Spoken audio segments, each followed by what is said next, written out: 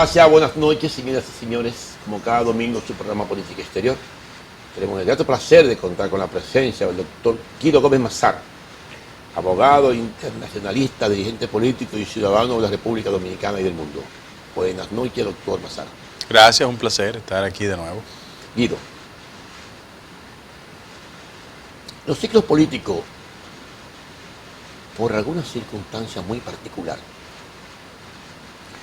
ya no duran 20 años, como había escrito un pensador norteamericano, asesor de John Kerry. No sé si la globalización, si es el impacto de la comunicación o la dimensión de la problemática mundial conduce a ciclos sorprendentemente cortos. Hace unos 5 o 6 años se produjo un ciclo conservador en América Latina. Europa pasó un proceso similar. Y el mundo se veía extremadamente a la derecha. Esa onda expansiva llegó a los propios Estados Unidos de manera dramática con la llegada de Donald Trump. Desde Brasil, cruzando por Buenos Aires, pasando por diferentes capitales europeas, Italia, Alemania, Inglaterra, España, los países nórdicos incluidos. Sin embargo, hay un cambio sorprendente. No voy a hablar de América Latina, donde está marcado el cambio, ¿no? Donde está... Es un juego marcado, como se dice, ¿no? Los jugadores vienen jugando con cartas marcadas, ¿no? Bien, los jugadores. En Europa yo no veía ese juego con cartas marcadas. Y analizo el tema, el mapa europeo, y me encuentro con un regreso más rápido de lo que yo pensaba de la socialdemocracia y del progresismo político en ese continente. De España, Portugal, Suecia, Dinamarca, Noruega, Finlandia, Malta, Alemania, el motor de la economía. Pero ahora encuentro 2 escenarios que me sorprendieron. Ayer veía el periódico Daily News, el Zoom, también de Londres, donde decía que si se efectuaran las elecciones mañana, el Partido Laborista ganaba las elecciones. Me encuentro con que todo indica que una amiga del Partido Socialista francés, Anne Hidalgo, de origen español, de familia republicana, alcaldesa de París, fue siempre la vicealcaldesa de aquel famoso Delanois, también socialista. Aunque hubo una catástrofe del Partido Socialista, la alcaldía de París nunca estuvo en negociación. Sorprendentemente. Parece que el impacto de su peso era muy grande como figura, ¿no? De ambos. Ahora veo que una alianza encabezada por ella y por el Partido Verde, una alianza rojiverde, recompone las fuerzas de izquierda en Francia y se camina una batalla prácticamente del mismo género entre la Anne Hidalgo y la Le Pen, Marine Le Pen, la hija de Jean-Marie Le Pen. La hija de Jean-Marie Le Pen. Exacto. Una batalla entre 2 damas, ¿no? Entre 2 damas. Con polos ideológicos bastante lejos. Exactamente, pero da un escenario extraño, ¿no? Porque es la primera vez que la competencia se da entre 2 damas en un país europeo de ese orden. La reelección de Vladimir Putin pasó sin problema, con fuerte apoyo de un 79.8%. Muy poco cuestionamiento exterior a ese proceso. ¿Cómo estos 2 continentes, Europa y América Latina, transitan en la vuelta del progresismo político casi al unísono? Y me quedé meditando. Si te compara el gobierno de Biden con el gobierno de Donald Trump, es el equivalente del progresismo, ¿verdad que sí? Claro, claro. El equivalente del progresismo. Claro, claro. Agrégale a esto, Guido, el hecho de que, incluido Canadá, las fuerzas, el equivalente, no el progresismo político, pero sí de la esencia. Porque aquí la socialdemocracia lo es el NDP, que sacó un 17.3%, y el Partido Quebecois, que tú sabes que es un partido secesionista, ¿no? Bueno, pues tiene un 6% con el que habrá que también negociar. Lo que me llama la atención es el hecho de que en dos continentes tan disímiles, en términos de desarrollo social, las ideas políticas, cómo esos dos ciclos conservadores llegan al fin y hacen una sinergia, ¿no? Allí. Y tú quieres que en América Latina es irremediable que fuerzas progresistas lo hagan en Brasil, lo hagan en Chile. Volverá Lula. Lo hagan, claro, Lula, lo hagan en Colombia, posiblemente con Gustavo Petro, lo acaban de hacer en Perú, bueno, pues lo hicieron en Bolivia, con la vuelta del MAS, una cosa impresionante e impensable. Que es una reivindicación de Evo, y a través de un golpe blando muy fino, donde la que dio el golpe tiene el presidente que está detenida, a diferencia de Honduras. Entonces, incorporan a Honduras, que en noviembre la figura con mayor posibilidad es la esposa de Zelaya. Claro, pero además tienen que sumarle a todo esto los procesos políticos de otros países de América Latina. Entonces, yo me quedo meditando y yo digo, ¿consecuencia de qué vino esa prontitud en el regreso de ese ciclo político? Bueno, el COVID-19, el colapso de la economía, el fracaso del neoliberalismo, el fracaso de la derecha, la comprobación de la infuncionalidad de ese pensamiento conservador. En tu lectura, ¿qué ha provocado este regreso en coincidencia del progresismo en estos dos continentes? Ok, gracias por la invitación, Fausto. Y lo primero que tú depositas una especie de alfombra para que uno haga una reflexión de las razones que han conducido a una coincidencia no programada respecto de resultados electorales y o tendencias de éxito en el marco de un mundo que, si bien es cierto, es global, obliga a hacer pase de balance por las categorías singulares de cada sociedad. En Europa, por ejemplo. ¿Por qué el progresismo parece ser la garantía de éxito electoral? Porque históricamente las políticas conservadoras que se implementaron en esa parte generaron un profundo proceso de desigualdad.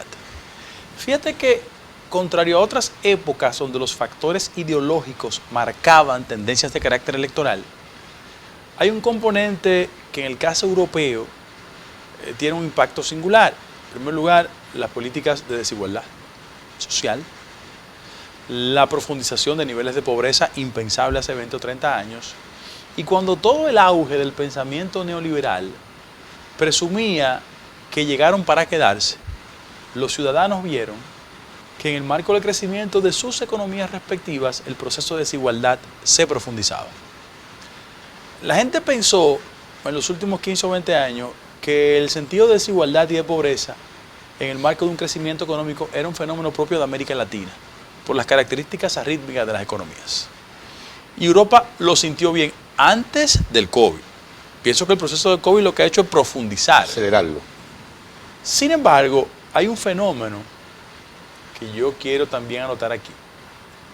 Y es que muchos de los países gobernados por el pensamiento conservador establecieron políticas que en el orden social fueron desiguales, que las economías concentraban riqueza en un grupo y que toda esa franja excluida comenzó a constituir mayorías electorales que fueron determinantes para las alianzas a posteriori. Tú vas, por ejemplo, al caso francés y tú dices, bueno, en los últimos 20 años, ¿qué ha pasado en Francia? Si bien es cierto, el partido francés socialista o socialista francés, como lo llaman, no tuvo el impacto deseado, hay que decirlo. Había un componente, a mí siempre me perturbó lo de Signo Royal, siempre me perturbó. Y el gobierno de Hollande tuvo grandes dificultades. Yo debo de admitir que París siempre se mantuvo como la retaguardia por excelencia de los socialistas franceses. Sí. Y en un escenario donde toda Europa ha sentido los embates de la discriminación, los excesos, cuando tú le pones de contrapeso a la Hidalgo un retrato casi perfecto de la visión más conservadora, no solo del pensamiento francés, sino de toda Europa, como candidata a competir, la Le Pen. Tú dices, bueno, Sí, Marine Le Pen. bueno, aquí habrá de operar, y eso es lo que yo espero. Nosotros, tú y yo no somos Mandrake el Mago, pero lo que yo espero es que en Francia, en ese proceso electoral, se registre una tendencia muy propia de todo el continente. Más que constituir mayorías para ganar, establecer la posibilidad de mayorías articuladas para impedir que alguien gane. Tú llegas allá y dices, bueno, eso habrá de pasar en Francia. Yo acabo de llegar de España, por ejemplo. Y si bien es cierto, Madrid sigue siendo un bastión del Partido Popular, bastión conservador, y en la gestión respecto al tema del COVID, el Partido Socialista Obrero Español no ha sacado las mejores notas. El gran deterioro de esa coalición es muy difícil, es muy difícil. Y además, los partidos de oposición, cuando sienten que el gestor no le va bien, hacen un aprovechamiento político. Lógico. Y eso es innegable. Sea quien sea. Y hay que entenderlo, inclusive. Entonces, Sí, en el caso español, por ejemplo, ese proceso de salida de Podemos, de la coalición, dejó medio trunca al PSOE. Sin embargo, yo todavía creo que, independientemente de las perspectivas que se presenten, va a ser Casado el candidato de la derecha en España. Irremediablemente. Sí. Y Pedro Sánchez tendrá sus dificultades, reitero, propio de la gestión del COVID, pero ellos terminarán derrotando esa derecha. Que habrá de participar en las elecciones no coaligada, no combinada, porque ese modelo parlamentario español nos revela la utilidad de las políticas de coalición. En ese mismo orden, yo pienso que es un fenómeno que en el marco de lo global tuvo una especie de tendencia expansiva en Europa, pero tiene el mejor de los manifiestos en los Estados Unidos. ¿Qué ha pasado en esa parte del continente que frente a la incomprensión, ineficiencia, irresponsabilidad de los gobiernos progresistas en su momento? Yo comencé citando a ¿Tú Hollande. decías frente a la? Ineficiencia, incapacidad, dificultad. Para manejar la crisis. Sí, claro. ¿Qué hizo una parte importante del ciudadano o de los ciudadanos? Que lo penalizó electoralmente y apostaron en el sistema a quien menos se parecía a la partidocracia. Macron es un retrato hablado de eso. Outsider. Es un outsider, un hombre que hizo una buena gestión en un ministerio, Claro. y que la sociedad francesa entendía que era la respuesta Telegénico. a, sobre todo, un producto de los medios de comunicación. Claro. Y en función de eso, ¿qué pasó? La gente apostó a él. Cuando hicieron el balance, la gente ha vuelto a observar, sobre todas las cosas, porque el último referente de la derecha, más allá de los Le Pen, es Sarkozy. Un hombre que tiene un problema judicial en las costillas. ¿Fue condenado? Sí, condenado. Ya. A un año. Por un financiamiento ilegal en el proceso Su muerte electoral. política moral, ¿no? Bien, no, pero es en gran medida una expresión de cuestionamiento a esa derecha, Claro. A Que- la centro derecha. que por muchos años hacía impugnaciones de toda índole al Partido Socialista francés, pero al final de la jornada los hechos se impusieron más que la retórica puramente electoral. Recuerda que en Francia tú tienes dos estaciones de la derecha. Ujú. Le Pen por un lado y La Sarkozy por otro. ultraderecha nacionalista. Yo tú eres muy conservador, es la ultra de la ultra de la ultraderecha. Sí, exacto. Entonces, ¿qué ha pasado? Que ese proceso de repensamiento de la visión de los partidos políticos ha generado una observación hacia las fórmulas progresistas. Y eso va a seguir. Hacia la centro izquierda, tú quieres decir. Sí, eso va a seguir. En Alemania, hay que decirlo. Olaf Scholz Exacto. acaba de ganar. Portugal, pienso que también es un punto que nos motiva a la reflexión. Pero yo te decía antes de hacer esos señalamientos en el orden personal, que en Europa habrá de pasar lo que se experimentó muy cerca de nosotros, en los Estados Unidos. El agotamiento de los ciclos políticos, si bien es cierto, genera desesperanza en los electores. Cuando la respuesta no llena sus expectativas, hay una vuelta a la mirada del modelo de partidos tradicionales o al sistema de políticos tradicionales. ¿Qué pasó en Estados Unidos? Que cuando el fenómeno Trump, que era un outsider en el marco de la formalidad de un sistema bipartidista, porque si bien es cierto, Trump es una persona que fue candidato del Partido Republicano, nunca conectó con la estructura de mando de ese partido. Nadie conectó nunca. Por el contrario, se peleó con ellos. Se peleó con todo. ¿Y qué hizo? Se peleó con los demócratas. ¿Qué hizo la sociedad norteamericana? Dijo, no, espérate, vamos a observar a una persona que dentro de la lógica bipartidista está más cerca de la gente. Biden. Y de la decencia. Que es una persona que, si bien es cierto el factor edad fue un impedimento, ellos tuvieron la inteligencia de organizar un proceso de sucesión a distancia. Kamala Harris. Sí, claro, Entonces, era un equilibrio. Correctamente. De género, de todo tipo. Étnico. Étnico también. Que es un componente interesante. Entonces, yo, cuando tú haces el planteamiento introductorio... Migratorio también. Ese es otro componente. Mira lo que ha pasado. Pero lo es también. Pero sí, interesantísimo. Mira lo que pasa. Sí. Cuando las políticas conservadoras en Europa le dieron duro a la migración, los sectores migrantes con estatus, ¿qué hicieron? Se coaligaron. Y esa coalición los condujo a pensar cuál era la opción menos mala y menos radical frente a sus intereses.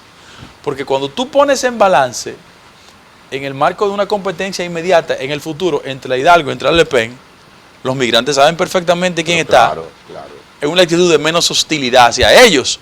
¿Qué pasó en Estados Unidos? Que la gente sabía perfectamente que la actitud irracional de tierra arrasada, inclusive hasta del muro, que fue parte del discurso esencial del expresidente Trump, obligaba a que esas minorías, totalmente. Ahora, ¿cuál es mi reflexión? Que si bien es cierto esos fenómenos se han dado, no tiene un efecto contaminante como hace 20 años. Mira por qué.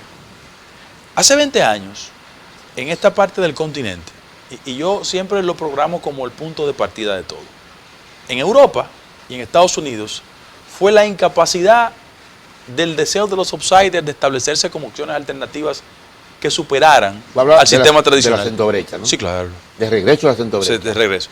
Que fue un fenómeno evidente. Pero claro.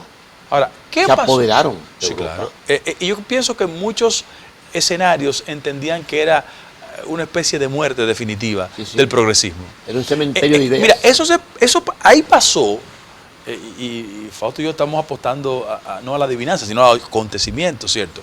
Yo recuerdo perfectamente cuando Fukuyama, después de la disolución del muro, habló del fin de la historia. Sí. Fukuyama, desde una perspectiva puramente académica, dijo, mira, los bloques comerciales van a emerger. Como las ideas colapsaron, aquí la izquierda no tiene posibilidades. Hizo una proyección del fin de la historia. Y 10 años después, el sector político que le impugnaba comenzó a ganar electoralmente. Claro. ¿Qué pasó en América Latina? Latina? Acotó al comercio como el heredero de las grandes ideologías. Pero ¿qué pasó? Que el comercio generó desigualdad, pobreza y la gente comenzó a pensar en otra opción. Claro. Ahora, ¿qué pasó en América Latina? Porque tú planteabas el argumento introductorio de los elementos coincidentes, pero se dan por factores diferentes. Sí. En el caso de América Latina... Pero la SAR está jugando un papel. Ah, sí. Es una categoría histórica. Lo está jugando. Sí, una categoría histórica. histórica. ¿Por qué tenía que coincidir en este momento? Es una categoría histórica. Sí. Pero, por ejemplo, ¿qué tú dices? Vamos a hacer un balance rápido de América Latina. El año 1999 pautó un proceso de lo que algunos estudiosos llaman la izquierdización de América Latina. ¿Por qué lo llaman así? Porque por 40 años en toda América Latina las ideas progresistas o de izquierda fueron obstruidas, primero en el marco de una guerra fría. Claro. Que las dificultaba. Claro. Los dos experimentos formales que en América Latina, hay tres, que en América Latina en ese proceso de guerra fría hicieron un intento de éxito electoral, lo consiguieron y se imposibilitó preservarlo, fueron Bosch, Allende y el fenómeno de Guatemala. Claro. Entonces, ¿qué pasó?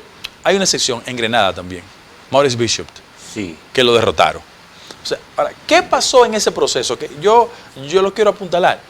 Que en el 99, esa izquierda que fue inviable desde el punto de vista electoral porque la opción guerrillera era su alternativa y no era propio formular o articular la posibilidad de un proyecto electoral con posibilidades. Mire, pero también hicieron colapsar, escúchame que te interrumpa, también hicieron colapsar al Frente Sandinista, porque entregó el poder electoralmente. Yo pienso que, si bien es cierto, entregó el poder, debo admitir que ellos no tuvieron en esos 11 años primeros de poder la posibilidad de transformar el discurso revolucionario en una estructura y en un aparato de carácter electoral.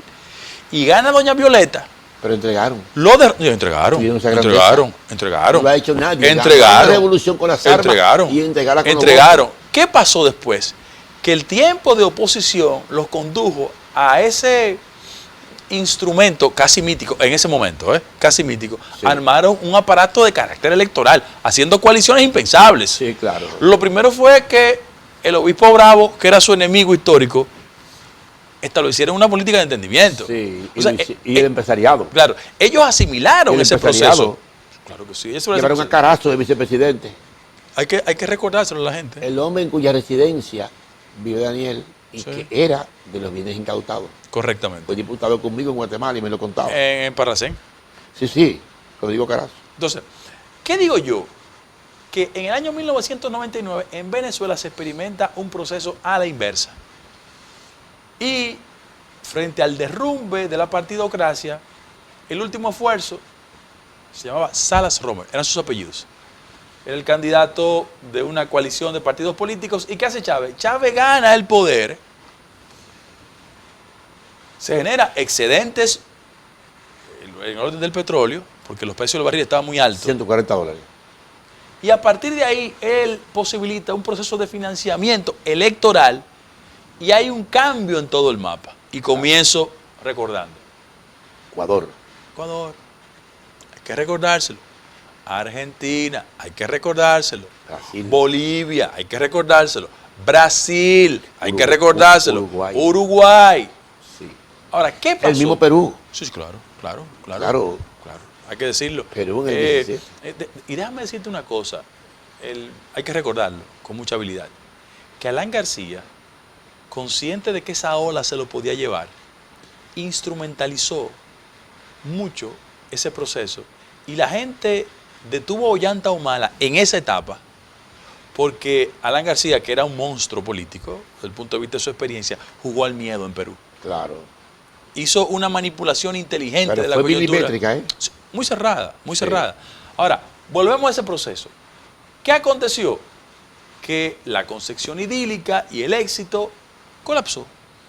Sí, colapsó. Las sociedades que de una forma u otra fueron seducidas por el éxito de esas izquierdas comenzaron a hacer algún nivel de impugnación, hubo insatisfacción. Muchos de sus líderes se mantuvieron por muchos años en la dirección del Estado y comenzó el derrumbe. Un derrumbe que ha vuelto muy rápido. Tú dices Argentina.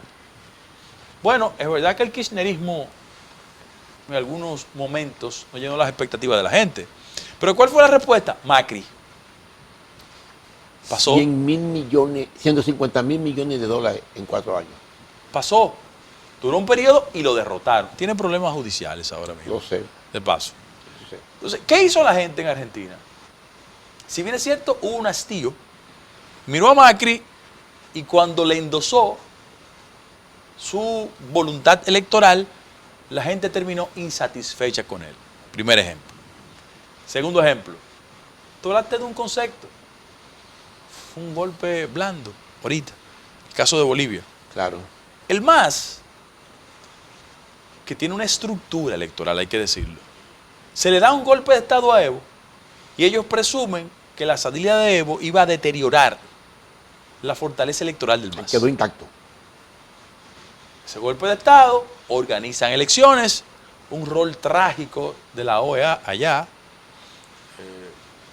que no llenó las expectativas de la comunidad internacional y que se reveló como un ente que no actuaba con las distancias indispensables, para no decir otra cosa. Fue un colapso de la Exactamente. imagen, la marca OEA. Correctamente. Y se organizan elecciones. ¿Quién vuelve y gana? El MAS. Gana el MAS. Chile. Yo estoy frente al embajador dominicano en Chile. Evidentemente, la Concertación sufrió un proceso de formación de su identidad original. Porque hay que hacer un poco de recuento. La coalición fue la expresión que armó la centro derecha la izquierda y una coalición de partidos y que le dijo al mundo, para impedir a Pinochet, vamos a buscar a Patricio Aylwin. Y lo colocó ahí. Y se generó un orden de sucesiones. Gobierno de transición. Se generó un orden de sucesiones que en algunos aspectos perdieron su base social. Debo de reconocer... Aunque generaba un crecimiento de la economía de manera sostenida. Sí, pero con un alto nivel de inequidad social. Ese fue el problema. Sí. Que una base electoral... Aunque claro, Guido, los candados constitucionales del pinochetismo son terribles. Todavía tienen ese problema hoy en día. La reforma constitucional de ahora es la que lo va a levantar. Pero calcula cuántos años han transcurrido. No, nada más han pasado... Del 90 para acá. 30 años. 31. Sí. Entonces, fíjate cómo los obstáculos de carácter constitucional mantuvieron a flote a esa franja ultraconservadora que perdía electoralmente, pero mantenía una cuota significativa de poder. ¿Qué habrá de pasar en Chile? 31 y 17, 48 años. Increíble, son muchos, ¿no? Son muchos. ¿Qué habrá de pasar? Va a ganar la izquierda. Irremediablemente. Va a ganar. En Chile, ¿a quién sustituye la izquierda? A Piñera, que tiene un proceso de impugnación ética significativo en la actualidad. Nos movemos de Chile y vamos a Ecuador, por ejemplo. Mira, es innegable que Lasso ganó las elecciones, pero ¿en qué condiciones? La división de la fuerza progresista. Que no se dividen, ganaban. Que es el común denominador de un comportamiento de cuando las fuerzas progresistas se fragmentan. ¿La respuesta cuál es? La derrota. Claro. Entonces, frente a eso, Fausto introdujo el tema hablando de coincidencias. Claro, con características diferentes, pero afortunadamente hay un proceso sumamente interesante donde el progresismo va ganando fuerza, va ganando cuerpo, posibilidades, con una diferencia, Fausto. Que en el caso de América Latina y en el caso de Europa también, las derrotas electorales han debido conducir a una interpretación inteligente de las causas del fracaso anterior. Y frente a eso...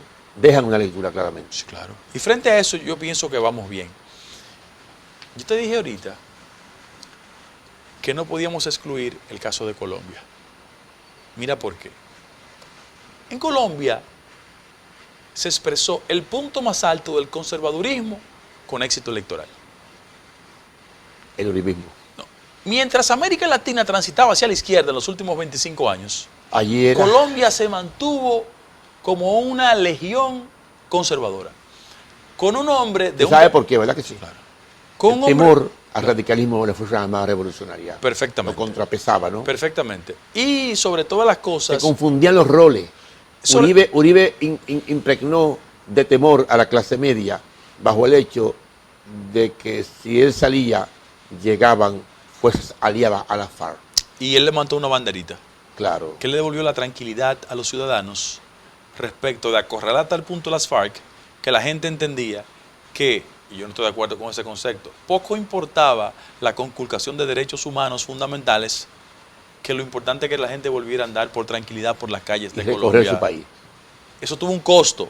Sí. Hay gente procesada, condenada, y el concepto de falso positivo, no hay ni que hablar. ojalá no se repita nunca. Ahora, ¿qué pasó en Colombia? Sí. Reitero que mientras la izquierda avanzaba desde el punto de vista electoral, ellos se mantuvieron franqueando una expresión electoral conservadora. Ahora, ¿qué ha pasado? Que la figura de Petros, impugnada, atacada, duramente cuestionada, sí, bajo riesgo. Bajo riesgo altísimos. Claro. Ha ido generando un nivel de respaldo y yo ausculto en el panorama inmediato de Colombia y creo que hay que armarle una coalición tan y tan fuerte para derrotar a Petro, porque es el candidato a derrotar. ¿Sabe por qué? Porque el nivel de frustración que han acumulado los colombianos con Duque no tiene precedentes. Y eso no solo hace impresentable un candidato de derecha bajo el sello del uribismo, sino que posibilita que en Colombia estén dadas todas las condiciones para que Gustavo Petro avance electoralmente con ciertas posibilidades. Guido, pero yo veo de cara al futuro que Europa, volviendo al viejo continente, estamos haciendo como un ping-pong. Irremediablemente se encamina a un café con leche. Traduce eso. Yo lo he analizado mucho. Mira, solamente que se produzca un gran acuerdo global del G8 o del G9, como tú le quieras decir, el G20, que haga un gran plan Marshall para África y para América Latina. Que active sus economías. No solamente que active sus economías, que paralice la razón de la migración. Es que tú no vas, después que tú le enseñaste, después que tú desmontaste las dictaduras de África y tú desmontaste las dictaduras de América Latina, que las personas tienen televisión, tienen energía, tienen internet, que aunque carezcan de agua, pero por lo menos tienen internet en la mano. No tienen agua, pero tienen otra internet. cosa, la ilusión de una movilidad social. Y la ilusión de una movilidad social, ya, sobre todo la visualizan. Tú no has ido a París, pero tú lo ves por internet constantemente. A tiro de un clic, ¿tú lo tienes? Sí, entonces, ¿qué pasa? Esa juventud africana, esa mujer africana, ese trabajador africano que se mueve masivamente a recoger aceitunas en Italia. Sí, sí, sí. En los campos agrícolas. O naranjas, donde sea, bien. ¿Cómo tú crees que tú vas a detener en los próximos 5, 10, 15, 20, 25, 30, 40 años esta oleada? Eso es imparable. Eso es imparable. Imparable. Como es imparable. Escúchame, no obstante el fortalecimiento de las posturas migratorias radicales, el fenómeno es imparable. Es que es imparable. Óyeme, ¿por qué? Porque los índices de desarrollo y sobre todo los índices de deterioro medioambiental de África hacen del continente un espacio invivible y el componente de inseguridad social. Entonces la gente quiere vivir ahora. La gente no quiere vivir a futuro, la gente quiere vivir el presente. Entonces eso está pasando en Guatemala, en El Salvador, en Nicaragua, en Haití, en Dominicana, en Bolivia. Todos los sitios. Quieren, su norte es Estados Unidos, su norte no es Santiago de Chile, ni lo es Sao Paulo, ni lo es Santo Domingo ya siquiera, para los haitianos. No, su norte es Estados Unidos. El norte para los sirios es Alemania. El norte para el este de Europa, para Turquía es Alemania. El futuro para los africanos es Europa. Es el país de solución. Pueden entrar por España, por donde sea. Donde tú quieras. Date cuenta que en 30 minutos se metieron, que fueron 8.000 africanos en marroquíes, básicamente, ¿no? En España. Un colapso lo que hubo allí, ¿no? Entonces, eso le cuesta a la Unión Europea, no sé, todo el dinero del 300, 400 mil millones de euros recomponer 10 o 12 países del norte de África, que es la gran zona migratoria, ¿no? Pero los norteamericanos quieren que hacer lo mismo en América Latina, quieren que hacer un plan y pregunta, mira, hubo una imagen. Pero tú me estás entendiendo, Claro ¿por dónde que yo sí. quiero ir? Pero mira, hubo una imagen. Yo lo que te quiero decir, Guido, es que aunque tú coloques gobiernos progresistas, Guido, en América Latina y en Europa, hay un techo que es la posibilidad real de esos matices de llevar a cabo las ilusiones, las esperanzas, las expectativas que la gente quiere. Mira, o sea, no vale el hecho de que tú me coloques a Olaf Scholz en Alemania. Bueno, para los alemanes sirve, sí, ¿no? Porque es una continuidad de un modelo exitoso. Está bien, está bien. Y sirve para los nórdicos, y sirve posiblemente para los portugueses. Y se me olvidaba un detalle. Se me olvidaba un detalle que no te lo di ahorita. Y es que hubo elecciones municipales en Italia y las 8 alcaldías más importantes las ganaron las fuerzas progresistas. Tú lo sabes, ¿no? La ganaron en Turín, la ganaron en Nápoles, la ganaron en Roma, en todas partes. Un preludio. Inclusive el propio movimiento 5 Estrellas tuvo que recogerse y girar en alianza con la izquierda. A ver si me está entendiendo. Perfectamente. Pero yo me quedo meditando y yo digo, podemos hacer un programa de televisión otra vez tú y yo, en el 24, y no encontramos de nuevo con que 8 o 9 países de eso, quizá por la presión social, de las fuerzas migrantes de África llevan a las economías europeas a un nivel de presión económica tal que colapsan las eficiencias. Mira lo que mira lo que pienso que ya ha pasado. Si bien es cierto, los factores ideológicos no marcan el ritmo del comportamiento electoral de los ciudadanos, antes... Aparentemente, Guido. Bueno, pero es lo que pasa. Pero hay un matiz. Sí, lo que pasa es que hay nuevos factores que se han colocado en la realidad social de cada país, Sí, que conducen muy particulares. a una reformulación de esas prioridades. Sí, es verdad. Entonces, No, y el debate de las ideas tampoco está sobre el no. debate. Ahora, vamos a ser prácticos. No tengan tapete. Es cierto que una gestión de izquierda de la Hidalgo garantiza en Francia políticas sociales solidarias. Ahora, la sociedad francesa y la economía francesa podría generar niveles de satisfacción a sus ciudadanos. A una parte. Pero ese flujo migratorio ¿Cómo lo resiste, Guido? no tiene capacidad económica de resolverlo. No. Y si dedica recursos en esa dirección, los electores esenciales se sienten insatisfechos, electoralmente lo penalizan. Se lo cobran. Entonces, ese es el problema. Igual, o sea, los componentes de política migratoria son un factor de política interna. Claro es lo que tú me quieres decir. Claro que sí. Eso pasa en Estados Unidos, Claro tú lo sabes, ¿no? Mira, yo te iba con a los decir, cubanos, con los venezolanos, ¿no? Yo te iba a decir lo que siguiente. deciden las elecciones por eso. Claro. Mira, si alguien cree que lo que estamos hablando no tiene un impacto en lo inmediato, que piensen qué significa la Florida en el orden electoral, cuántos colegios electorales representa y por qué todos los políticos, republicanos o conservadores, demócratas o Que le liberales... pregunten al Gore. Exactamente. ¿Sí? ¿Sí? Hay que hablar mucho. Una extraña coincidencia porque fue un hermano Sí. que le hizo la conspiración ahí en ese estado. Sí. Pero déjame decir lo siguiente. Es lo que le El pregunto. que no lo entienda así, que asuma por qué la Fundación Cubano-Americana tiene tanto impacto. Exacto. Y ha tenido, y eso, que no tiene el líder histórico que fue Jorge Mascanosa. O Otro escenario. que averigüe por qué los republicanos no quieren a Puerto Rico como un estado. Claro. ¿Sí? Averigüe. Sí, tan elemental como eso. Frente a eso, yo siento que el tema de la migración masiva ha ido condicionando no solo el discurso de la clase política en términos generales, sino la actuación de gobiernos progresistas que desde el Estado, en su gestión, no pueden garantizar ese flujo migratorio que llega y llega. Yo te decía que yo fui a la cumbre hace 3 semanas. Fui a La cumbre de comunicación. Sí, en México. estuve allá en México. Ya. Fuimos a Monterrey. Comunicación política. Política. Entonces, fui a Monterrey. ¿Y qué pasa? Por esas irónicas coincidencias, Monterrey está, de McAllen está a 45 minutos en... O sea, yo estaba más cerca de San Antonio y de Texas que del DF. Sí. ¿Cuál fue la imagen que recorrió la comunidad internacional? Se siente, ¿verdad? Que sí, el impacto. Sí, claro.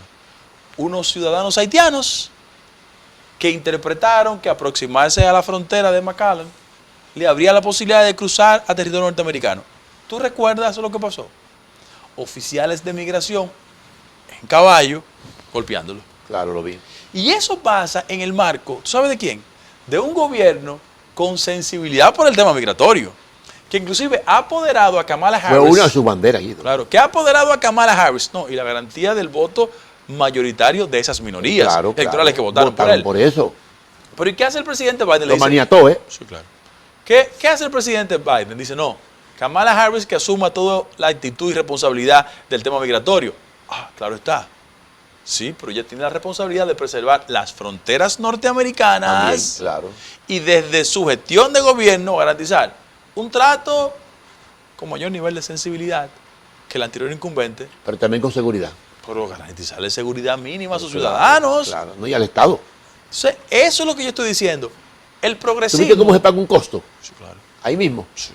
El progresismo, qué bueno que esté de vuelta, pero no asuman la postura del progresismo de una concepción idílica de hace 30 o 40 años. No. Es que tiene la responsabilidad de gobernar para sus ciudadanos con eficiencia y diseñar políticas Y con públicas. una visión global. Claro, Ahora, global. política pública con más sensibilidad. O sea, no es lo mismo las políticas públicas desde el punto de vista de lo social de una administración de Biden que de Trump. No es lo mismo en un lenguaje figurado que tú proyectas a Le Pen gobernando que la Hidalgo gobernando. O sea, son situaciones diferentes. No es lo mismo Casado en España que Pedro Sánchez. Jamás en la vida. Ni va a ser lo mismo Olaf Scholz que Angela Merkel. Que Angela Merkel. No lo va a ser igual. Conozco bien a Sol, fue el vicepresidente de la UCI. UCI. Vino aquí al país siendo el vicepresidente de UCI. Estuve con él en Caracas también, es un tipo excelente, poco carismático en términos personales, pero un hombre de Estado. Pero Guido, yo te hablaba de café con leche Sí, sí. en Europa.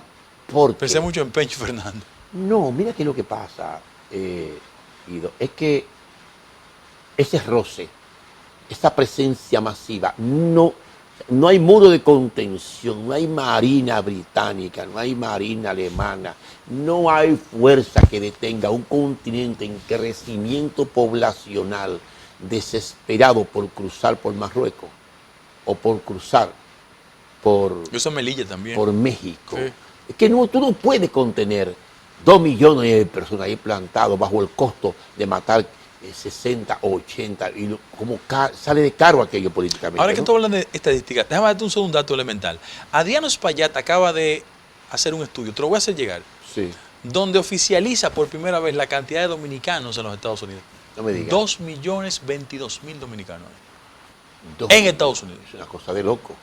Sin embargo, 40% de ellos residen en Nueva York. Sin embargo, yo te hago una observación. Hablando con visión de país. Los Estados Unidos pueden resistir, pueden asumir. Los Estados Unidos pueden asimilar en términos sociales, económicos y desde el punto de vista del relevo de la mano laboral ese millón de dominicanos. Que tú y yo sabemos que es el resultado de una migración de 30, 40, 50 años. Tampoco uno que ha llegado en un año. Sí. Y después yo no conozco un país que tenga mayor nivel de solidaridad. Yo no conozco un país de 11 millones de habitantes en América Latina. Yo no lo conozco un país que tenga casi 1,5 millones o 2 millones de migrantes. República Dominicana. República Dominicana. ¿Y con qué nivel de tolerancia lo hacemos? Y de consistencia y de resistencia. Con un lamento. Mira, con un lamento. Hay una incomprensión de la comunidad Con internacional. una incomprensión y con una enorme soledad de dejarnos nosotros ese problema que se multiplique y se multiplique y se multiplique. Y yo me quedé contando cuando tú me decías 2 millones. Pero aquí tenemos casi una suma similar, con la diferencia que nuestra economía es el 1% de la economía americana. Claro. O sea que el 0.1, perdón. Entonces, yo te visualizo que las ideas políticas, el progresismo, el conservadurismo, el liberalismo, lo que tú quieras, la bandera que tú quieras colocar,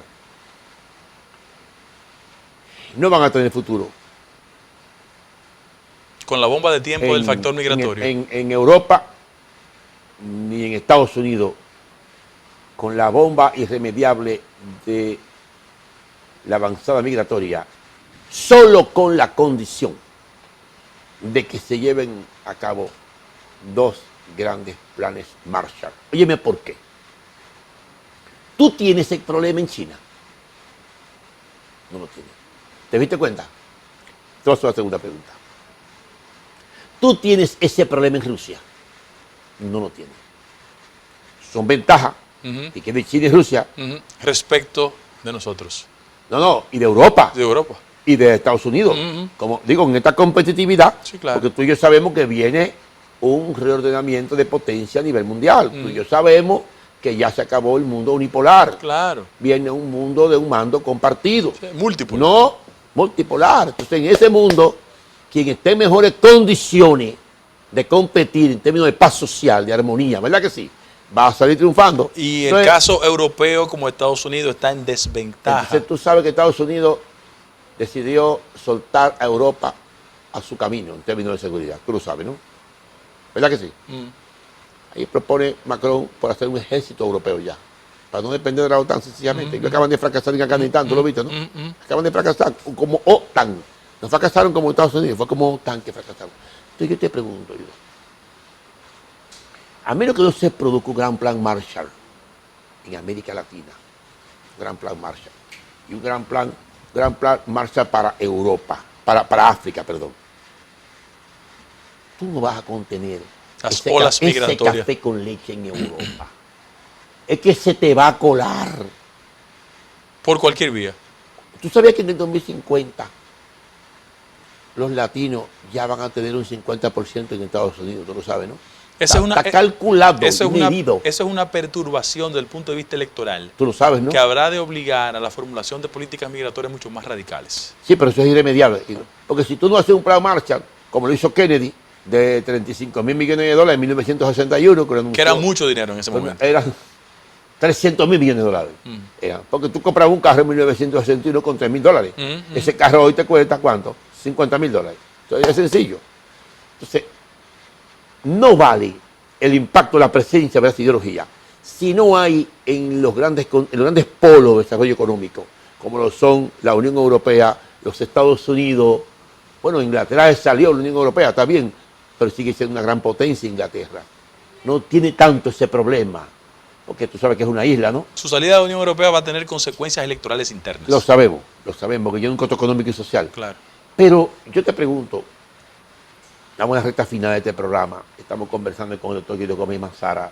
Ha pasado rápido el programa. Y estamos analizando realmente el regreso del progresismo político de manera simultánea al continente europeo y América Latina, bajo el impacto de la presión migratoria a que se han sometido esos gobiernos progresistas. Ese es el eje central de este conversatorio, con un académico, con un internacionalista y con un hombre que maneja los temas como lo es el doctor Guido Gómez Mazara.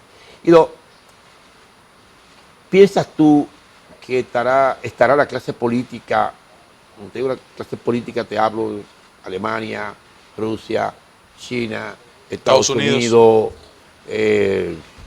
los países del BRIC, claro, no, estarán en capacidad de seguir en una competencia individual por ver quién vence a quién? ¿O Biden entenderá, y la Unión Europea entenderá que van a tener que aplicar un correctivo de futuro para el tema migratorio? Porque México no puede seguir, Guido, mira, colocando su ejército de 50.000 hombres para contener 50.000 haitianos, 50.000 nicaragüenses, guatemaltecos, dominicanos y todo allí. Va a pagar un costo político que no quiere. Mira, estamos en la parte final del programa, sé que están haciendo señas, y yo en una frase quiero traducir tu pregunta. La formulación de políticas migratorias globales en conjunto es lo único que posibilita restringir sustancialmente un fenómeno que hoy en día parece imparable. El factor de migración ilegal puede conducir, que no me malinterpreten, a construcción de mayorías de carácter electoral que perturben el status quo en algún momento. Pero en segundo lugar, a un proceso donde la desigualdad social propia de los países del tercer mundo, de los países desiguales, se instale en el corazón de la sociedad del primer mundo. Esa es la verdad. Tú sabes que la migración en estas circunstancias es el equivalente a los desechos de la globalización, ¿no?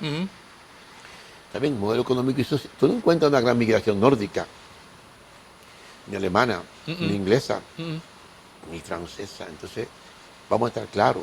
Aquí hay un modelo económico, político y social injusto, desequilibrado, que yo no sé hasta qué punto, un plan Marshall lo resuelve. Porque si el problema es de fondo, es de modelo económico, ¿verdad que sí? Yo no sé.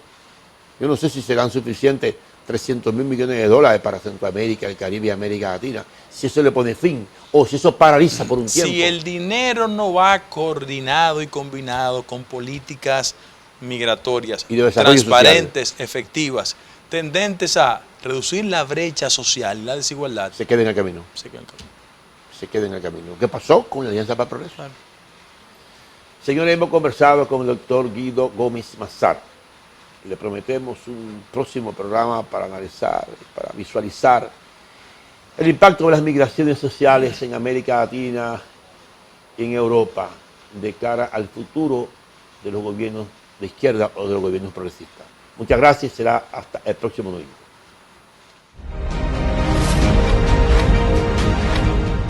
El hub logístico es una combinación de factores que busca generar negocios en una área geográfica. Entonces, la República Dominicana, por sus carreteras, por sus aeropuertos, por sus muelles, por su ubicación geográfica, tiene el factor que se llama el nearshoring. El nearshoring es la cercanía de las costas. estamos muy cercanos del gran mercado que tiene el mundo, que es América del Norte. El mundo entero produce para venderle a América del Norte. Entonces eso quiere decir que nosotros podemos ser el receptáculo de todas esas mercancías que van hacia América del Norte, América Central y América del Sur, que América del Sur también se convierte en un gran consumidor del mundo. Y el trasiego de materia prima desde América del Sur al Asia, ser el centro de eso, es de lo que se trata, ser un hub logístico.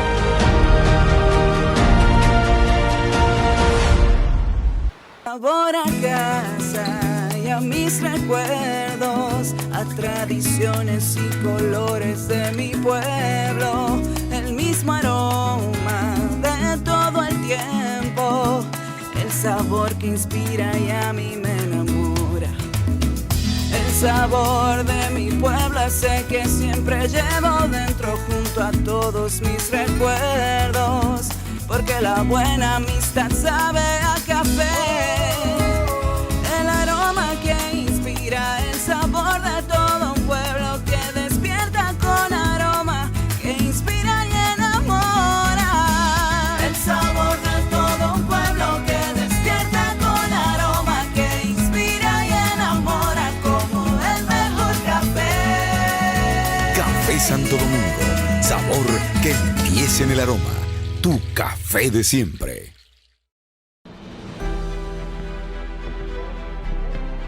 El mundo está cambiando. Siempre lo ha hecho. Ahora más deprisa. Nuevos retos y oportunidades nos desafían. Vamos a enfrentarlo con fe y con confianza.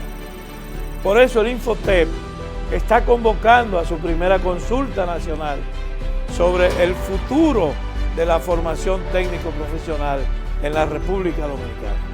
Recuerda, queremos escuchar. En el Infotep valoramos tu opinión. El presidente de la Cámara de Diputados, Alfredo Pacheco, garantizó que este año el Congreso aprobará el Código Penal y la Ley de Extinción de Dominio. A propósito, la comisión bicameral que estudia la modificación al Código Penal rendirá en los próximos días el informe, luego de consensuar los 422 artículos del proyecto. Entre tanto, que la bicameral de extinción de dominio realizó vistas públicas para seguir escuchando a los sectores sobre el proyecto. Alfredo Pacheco recibió la visita de Herbert Debby, gerente general en el Caribe de la empresa Microsoft. Trataron sobre el fortalecimiento del sistema tecnológico en la labor legislativa de la Cámara de Diputados. Y fueron conformadas comisiones bicamerales para estudio de los proyectos de leyes de regiones única, comercio marítimo y ley orgánica de Cámara de Cuentas. Cámara de Diputados de la República Dominicana. Otro día que nace con renovadas esperanzas en el campo dominicano, porque ahora el Ministerio de Agricultura trabaja para apoyar a nuestros productores, roturando la tierra, rehabilitando caminos, creando fuentes de agua, con capacitaciones y asistencia técnica, reactivando la investigación y entregando semillas a tiempo para la siembra, garantizando así la seguridad alimentaria del país. Dinamizamos la comercialización, impulsamos la exportación y gracias al presidente Luis Abinader, por primera vez, acceso a financiamiento a tasa cero. En agricultura estamos cambiando, propiciando la rentabilidad del productor y buenos precios para el consumidor. Gobierno de la República Dominicana. En INAPA estamos cambiando. Hemos iniciado el Plan Nacional de Rescate de nuestras instalaciones en todo el país.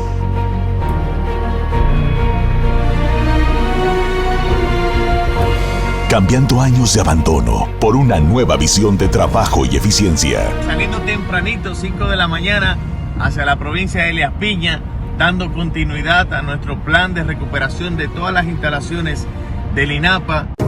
Nuestra misión, llevar agua de calidad y continua a todos los dominicanos. El presidente Luis Abinader lo prometió. Ya en el barrio Vietnam de Monteplata se puede lavar cómodo sin cargar agua, gracias a la nueva gestión de INAPA. Yo soy de la Guásima de Villatapia. Tenían aproximadamente 10 años que no nos llegaba el agua.